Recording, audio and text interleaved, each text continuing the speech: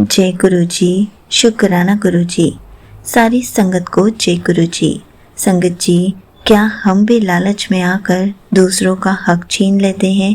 क्या हम भी अपनी गलती को समझ ही नहीं पाते?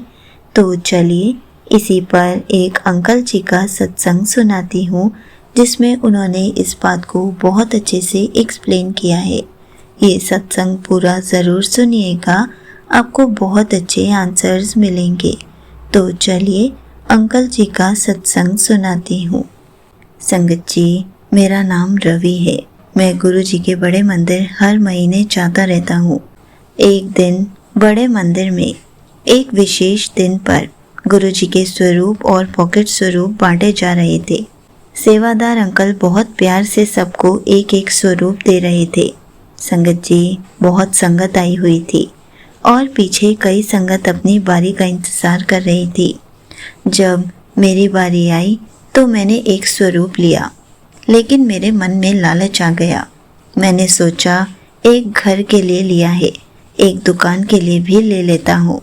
मैं चुपके से दूसरी लाइन में लग गया। सेवादार अंकल मुझे पहचान नहीं पाए और उन्होंने मुझे दूसरा स्वरूप भी दे दिया। मैं बहुत खुश हुआ कि मुझे दो दो स्वरूप मिल गए। लेकिन संगत जी, जैसे ही मैं बाहर निकला, मैंने देखा कि एक बुजुर्ग माता जी रो रही थी, क्योंकि जब तक उनकी बारी आती स्वरूप खत्म हो चुके थे। मैंने उन्हें देखकर अनदेखा कर दिया और मैं अपने घर चला गया। उस रात जब मैं सोया तो मेरा मन बहुत बेचैन था। मुझे नींद नहीं आ रही थी। आधी रात को जब मेरी आंख लगी तो मुझे सपना आया। सपने में मैंने देखा कि गुरुजी मेरे सामने खड़े हैं, लेकिन उनके चेहरे पर मुस्कान नहीं थी। गुरुजी थोड़े गुस्से में खड़े थे। गुरुजी ने मेरी आंखों में देखते हुए कहा, जब फ्री में कुछ मिलता है तो बार बार क्यों लेता है? तूने आज उस बुजुर्ग आंटी का हक छीन लिया जो तेरे पीछे खड़ी थी। एक चीज बार बार लेकर तू क्या करेगा? दूसरों को भी मिलने का मौका दिया कर। तू सोचता है कोई नहीं देख रहा, पर मैं सब देख रहा हूँ। संगत जी, यह सुनते ही मेरे पसीने छूटने लगे। मेरी आंख खुल गई और मुझे अपनी गलती का इतना गहरा पश्चाताप हुआ कि मैं रात भर रोता रहा। मुझे नींद नहीं आई। मैं समझ गया कि गुरुजी सिर्फ स्वरूप में नहीं, बल्कि हमारे कर्मों और हमारी नियत में बसते हैं। जब हम लालच करते हैं तो हम गुरुजी की ब्लेसिंग्स नहीं, बल्कि पाप अपने घर ले आते हैं।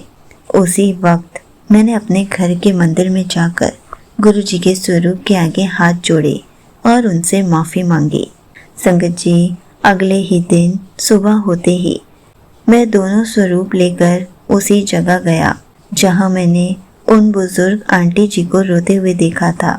गुरुजी की कृपा से वो अगले दिन दोबारा गुरुजी का स्वरूप लेने आई हुई थी और मैंने आंटी जी के हाथ में अपना दूसरा स्वरूप रख दिया और मैंने उनसे माफ़ी मांगी। संगत जी, जैसे ही मैंने उन बुजुर्ग आंटी जी के हाथ में गुरुजी का स्वरूप रखा, उनके चेहरे पर वो खुशी आई जो मेरे सीने का सारा बोझ उतार गई और मुझे एहसास हुआ कि असली खुशी किसी चीज़ को हथियाने में नहीं, बल्कि उसे बांटने में है।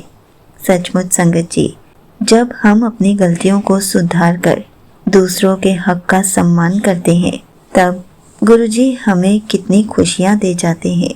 संगत जी, गुरुजी हमारी नियत देखते हैं और तभी हमारी झोली इतनी भर देते हैं कि हमें कभी किसी चीज़ की कमी नहीं रहती। गुरुजी हमेशा कहते हैं कि हमें लालच नहीं करना है।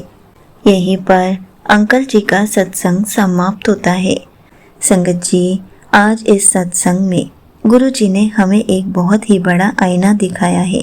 जब हमें कोई चीज़ मुफ्त में मिलती है, चाहे वो प्रसाद हो या कोई और वस्तु, तो हम लालच में आकर उसे बार बार लेते हैं और दूसरों की बारी आने ही नहीं देते।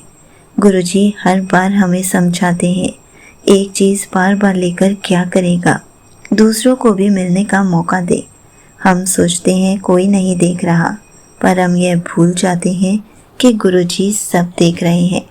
संगत जी, हमें लालच को छोड़कर दूसरों को मौका देना चाहिए। इसी में असली शुक्राना है। गुरुजी की संगत बनने के बाद हमें अपना सारा लालचपन खत्म कर देना चाहिए। हमें कभी भी लालची नहीं बनना चाहिए। गुरुजी हर पल हमारे अंग संग रहते हैं। हर पल हमें कितनी सारी चीज़ें सिखाते हैं, लेकिन तब भी अगर हम उसे अपनी लाइफ में नहीं उतार पाए, गुरुजी के इशारों को नहीं समझ पाए, तो फिर हम गुरुजी की संगत कैसे कहलाएंगे। हमें तो गुरुजी की संगत बनने के बाद अपना सारा लालच छोड़ देना चाहिए। अपनी लाइफ की डोर गुरुजी के हाथों में छोड़ देनी चाहिए, ताकि गुरुजी उसको अच्छे से चला सके और हम एक नेक इंसान बन सकें। जय गुरुजी, शुक्राना गुरुजी।